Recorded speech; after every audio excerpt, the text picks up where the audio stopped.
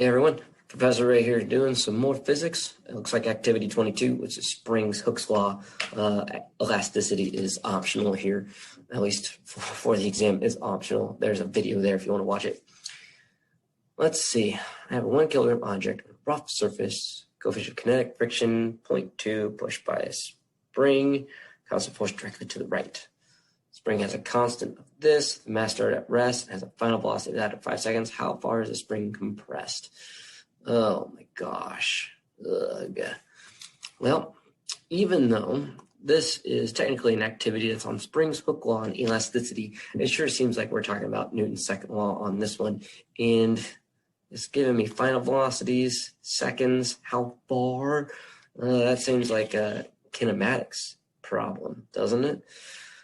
All right, well, this one probably won't be as short as the last one. Let's just start with this question of how far is the spring compressed? Ooh, okay, so it's not asking about how far is the spring compressed or how far does the mass go? Phew. Okay, so got to be a little careful here though. How far is the spring compressed is asking for a delta x, but it's not asking about displacement of the mass. It's asking for this spring, right? How much has this spring been compressed from its equilibrium position as this thing is moving to the right? Because you're pushing this thing with the spring, and that little arrow there, that'll be the force, or the force due to the spring, or it could be the motion, right? The velocity of it at that certain amount of time, right? Vector is just a vector until I say, oh, hey, what? This is going to be on force to a spring. Okay. All right. Well, let's just keep going. If I'm looking for how far that spring is compressed, I'm really looking for something that's buried inside of a force, which to me initially says Newton's second law. So let's finish off the free body diagram of this guy. So I have a force to a spring that's going to the right. Right, and I say that's the positive direction. So there's my x direction, y direction. This x here is the just x direction. The reason I have a delta x here because it represents the displacement in the x direction, or how much that displacement is of the spring as it's being compressed. Right? Don't get the x's confused. It's very easy to get them confused. Gravity is going to be working downwards on this mass. Normal force is going to be going upwards. And then I have friction going backwards because it says I have a coefficient of kinetic friction. Okay. Well, at this point, let's just go through. You have your two toolboxes. You have Newton's second law and you have kinematics. Of course, those can apply to circular motion, other things like that. But let's just go through Newton's second law and build my table and see how far I get. X, Y. So I have my normal force. I have my spring force, I have my gravity force, I have my kinetic friction force. Normal force is just in the y. Normal force, spring force is k delta x, right there in the positive x direction, nothing in the y. Right. So maybe it's a little bit easier than the activity problem that we did. Gravity, negative mg in the y. Friction, it gives me coefficient, so it's going to be normal force times coefficient. Negative equals 0. All right, now the guy that I'm trying to solve for is that displacement from equilibrium, the compression of the spring. So I'm initially going to start with net force in the x direction equals mass times acceleration in the x. See, the net force is going to be the sum of that column that I just highlighted in orange. So you get k delta x minus mu times the normal force equals mass times acceleration in the x. Okay, so am I accelerating? Absolutely, I am accelerating because I start at rest and have a final velocity of 2.5 meters per second after 5 seconds. Okay, so I'm going to be able to solve for that acceleration. So for now, let's just kind of isolate this delta x because I'm trying to solve for that one right there. Right, solve for delta x. So I'll need to add the mu times my normal force plus mu times the normal force on both sides, and you end up with k delta x equals m ax plus mu times my normal force, divided by k,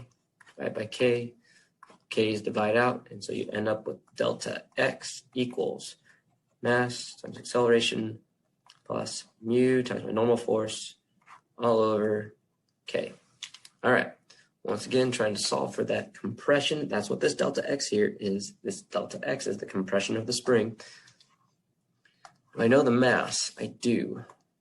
Do I know my acceleration? I do not know that. Oops. Oh, all good. All good. Thought I pressed the clear button there. AX. Do I know mu? I do. It's 0.2. Do I know my normal force? Not yet. Do I know my spring constant? I do. Okay. So I need a couple things here. Well, where do I get the normal force? Typically, in most problems that we have been solving, I use Newton's second law to solve for that normal force.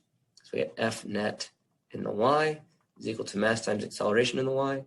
In the y direction, no change in motion. So that is going to be 0. F net is the normal force minus mg equals 0. So by Newton's second law, we get normal force equals mg, right? It's only true because Newton's second law says it. So if you're able to look at this blue column and just say, okay, there's only normal force, only gravity. I know that's the sum of those has to be 0. So normal force equals mg, right? Do not assume that. Don't assume that. I'll just leave it there. Don't assume it. You have to calculate it every time. Okay, so that mg is going to go in right there. Okay, now got to do the acceleration. Let's see. I'm going to put that. I'll put it right here. I just need a little bit space. So I'm going to if I want to find, this is a kinematics problem, right? Unless you remember the equation right offhand, right? Vt, my velocity graph. Well, let's see. No, I don't want velocity graph. I'm going to do acceleration. I'm going to assume it's constant acceleration. There's AT graph. Something that's moving at a constant velocity right there.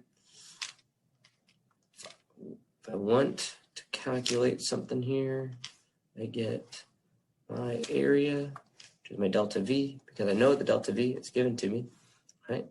Delta V is equal to AT. So A is equal to delta V over T. Right, or you could just say it's the slope of the graph. You could go through that too. Might as well. Why not? Let's have a little bit of fun with review here. Right, I'll do this right here. My velocity graph, velocity time starts at 0, ends at some other velocity. There's that right there. If I wanted to find for a delta x in terms of the displacement, I could calculate the area of that triangle right there. There's your delta x. Or I could calculate the slope, which would be V2 minus V1 all over T, rise over run, right? Right. A is equal to slope, which is equal to delta V over delta T, which is what we had down here. Okay, wonderful. Huzzah, hurrah. Congratulations. Oh, different color. Delta V over delta T.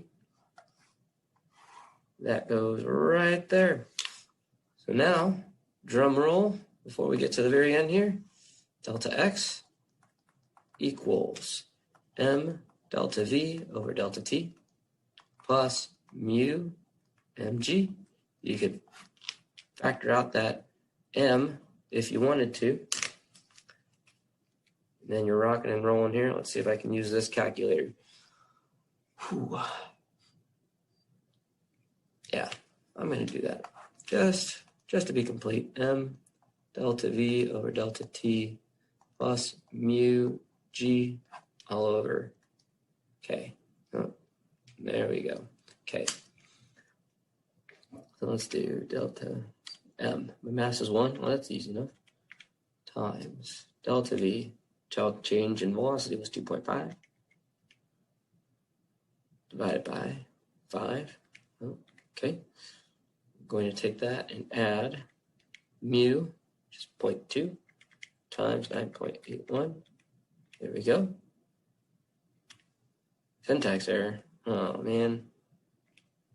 Clear. 1. See, this is syntax error. Okay, clear. What's going on here? Oh, I see. I pressed this weird thing instead of a plus. Sorry, 2.46. I'll divide that by K, 75. Oof, All right, here we go. Thanks for your patience on there. Maybe you're struggling with putting this in too. I got 0.033 meters. There it is, 0.333. So this guy goes 3 centimeters. Not a whole lot. But the spring constant is 75, right? 75 newtons per meter. That means in order to compress this spring 1 meter, you have to press with 75 newtons of force. All right. Yeah. A lot of review on this problem, which is good because there's an exam coming up. You should be able to look at things and draw free body diagrams. From the free body diagrams, make a table. From the table, apply Newton's second law. And possibly, maybe even have to do things like kinematics. All right, everybody. I enjoyed that. I hope you enjoyed that. If you did, press the like button. If you didn't, let me know how it could be better. All right. Thanks for watching.